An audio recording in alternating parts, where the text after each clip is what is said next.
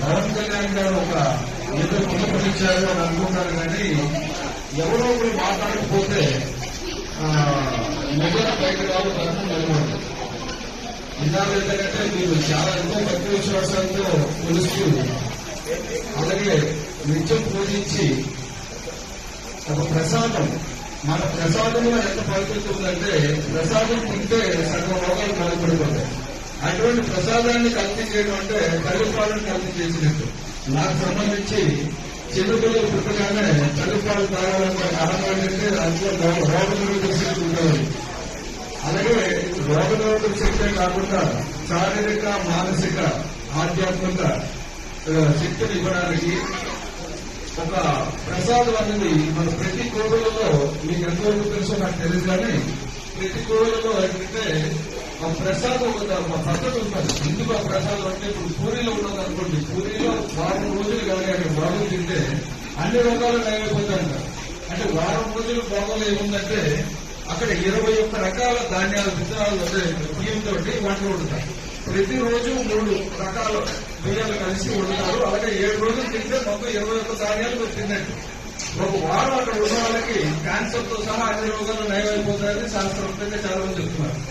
అయితే అది వాళ్ళు పండిస్తారు, ఎక్కడ ఎరువులు వేయరు, అంతా గోవులు, ఆవు పేడ కానీ లేకపోతే వేపాకు కానీ ఇలాంటి మందులు వాడతారు తప్ప కెమికల్స్ ఎక్కడ వాడు కూడా చేస్తారు. అలాగే తిరుపతి ప్రసాదంలో వాళ్ళు కలిపేదంతా కూడా ఆవు నెయ్యి చాలా వరకు ఏంటంటే మనకి చాలా మంది బ్రాహ్మణులు ఉంటారు, ఎక్కువ మంది బ్రాహ్మణులు నెయ్యి తాగుతారు. అలాగే రాజస్థాన్ వాళ్ళు నెయ్యి తాగుతారు. అక్కడ వాళ్ళ కుక్కలు దాదాపు ఒక 20 లీటర్లు నెయ్యి నెలకి, ఒక నెలకే రోజులతో తాగుతారు. మరి పనులు వచ్చేవారు ఎక్కువ వాళ్ళు చూస్తే. అయితే ఈ రోజు ఏంటంటే ప్రతి ఒక్కరు గుట్టు చప్పుడు కాకుండా మన దేవాలయంలో సముద్రంలో రక్తం చేసిన, లేకపోతే మన ప్రసాదం కల్తీ చేసిన, మనం భక్తులు ఇచ్చే సొమ్ము మన సొంతంగా దాచేసుకుంటున్నా ఎవరు మాట్లాడదు. ఎందుకంటే మాట్లాడితే ఏమవుతుంది, చాలా పెద్దోళ్ళు కదా, మనం మాట్లాడితే చెడ్డ అయిపోతామని భయం. అలాగే ఒక్కడు వచ్చాడు ధర్మాన్ని రక్షించడానికి ఈ దేశంలో నిర్భయంగా, ఆయనకి ఏమైనా పర్వాలేదు అనుకుని ఒకడు వచ్చి నిర్భయంగా ధర్మాన్ని రక్షిద్దాం, ఇతర మతాలు గౌరవిద్దాం, మన మతాన్ని మాత్రం రక్షించుకున్నాం ఉద్దేశంతో జరిగిన తప్పులు పైకి తీస్తే తెలిసింది ఏంటంటే కనకదుర్గ కోవిల్లో కూడా నెయ్యి పూర్తిగా తగ్గారు. డబ్బాలు సీజ్ చేశారు, 3 డబ్బాలు సీజ్ చేశారు. అలాగే ఇప్పుడు సింహాచలం టెంపుల్ చెక్ చేయమని చెప్పేసి వచ్చింది, చెక్ చేస్తున్నారు. అలాగే అన్నవరం దేవస్థానంలో కూడా కల్తీ, అంటే మనం తింటున్నదంతా కూడా కల్తీ ప్రసాదం తింటున్నాం. ఎందుకు ప్రసాదాన్ని కల్తీ చేస్తున్నారంటే ఆ ప్రసాదం తిని మీరు బాగుపడలేదనుకోండి, ఏమో ఇంకెక్కడైనా వేరే మతంలో బాగుంటుందేమో అని చెప్పి వెళ్ళిపోతారు. ఇదో రకమైన మతం మీద జరుగుతున్న దాడి. ఈ దాడిని ఖండించడానికి అని చెప్పి పవన్ కళ్యాణ్ గారు రిస్క్ తీసుకున్నారు. యాక్చువల్గా ఏంటంటే చాలా మంది పొలిటీషియన్స్ ఏమంటారంటే మనకెందుకు వచ్చింది, మనం మాట్లాడుకుందాం, అందరూ ఊరుకున్నారు కదా మనం ఊరుకున్నాం. అలా కాకుండా రిస్క్ తీసుకొని చేశారు.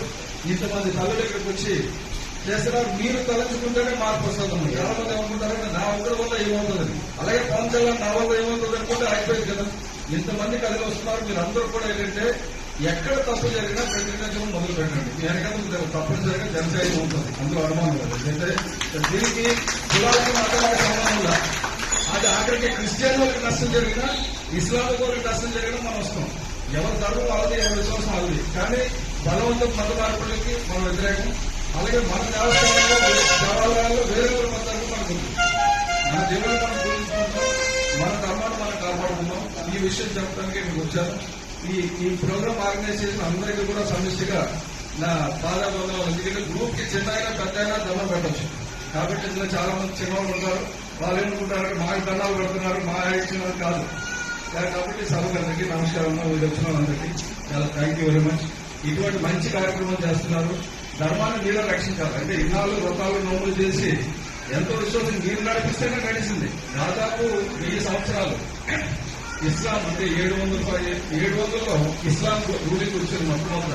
అంటే విదేశీయులు మనతో దాడి చేశారు. వాళ్ళకు 750 సంవత్సరాలు వాళ్ళు చేస్తే, బ్రిటిష్ 200 సంవత్సరాలు చేస్తే, ఇన్నాళ్ళైనా సరే మన కల్చర్ పోలా.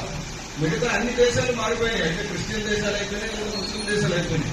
మన ఒక్క భారతదేశం మాత్రం మనం వదిలేదు. మన స్పిరిచువాలిటీ, మన దేవుడు అంత గట్టివాళ్ళు, మన ఆడవాళ్ళు అంత గట్టివాళ్ళు. ఈ వ్రతాలు నోములు ఈ దేశాలను కాపాడే, ఇంకా కాపాడితే నా శిస్తూ సమర్పిస్తున్నాను. Thank you.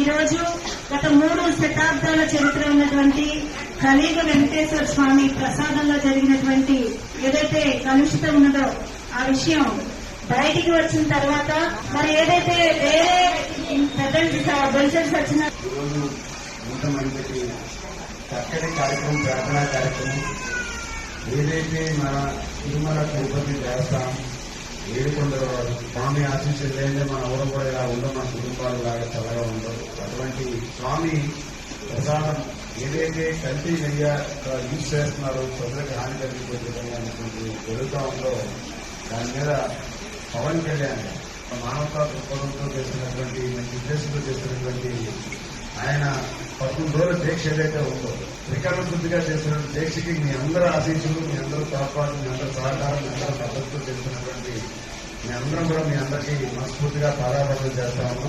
అలాగే పెద్దలు వచ్చే సత్య గారు ఏదైతే మనం చెప్పారు, చాలా మంచి విషయాలు చెప్పారు. నాకు అంత ముందు నుంచి వాళ్ళ నిజంగా కొంత తెలియదు కానీ బట్ ఖచ్చితంగా ఏదైతే అన్యాయం జరుగుతుందో దానికి ఆ అన్యాయం జరుగుతున్న వాటిని అన్నింటినీ గురించి రాజకీయంగా కాకుండా, మతపరంగా కాకుండా మన ప్రసాదాన్ని, మన సంస్కృతి ప్రసాదాన్ని, మన దేవాలయాన్ని, సాంప్రదాయాన్ని కాపాడుకునే విధంగా చేస్తున్న దేశకి మీ అందరూ కూడా సహాయపడగా కార్యక్రమం ఇస్తున్నందుకు, ఇంత మంచి కార్యక్రమం నాగలక్ష్మి గారు ఆర్గనైజ్ చేసినందుకు, దాన్ని మీ అందరూ సహకరించినందుకు, అలాగే మా సోదరు కార్పొరేటర్లు, అక్కడ పూజారులు, ఈ దేవాలయం సిబ్బంది అందరికీ కూడా, భక్తులందరికీ కూడా హృదయపూర్వకంగా ధన్యవాదాలు తెలుపుకుంటున్నాను. కార్యక్రమానికి ఇంత చక్కగా మీ అందరూ సపోర్ట్ చేసి ప్రతి ఒక్కరికి పాదాభివందనాలు.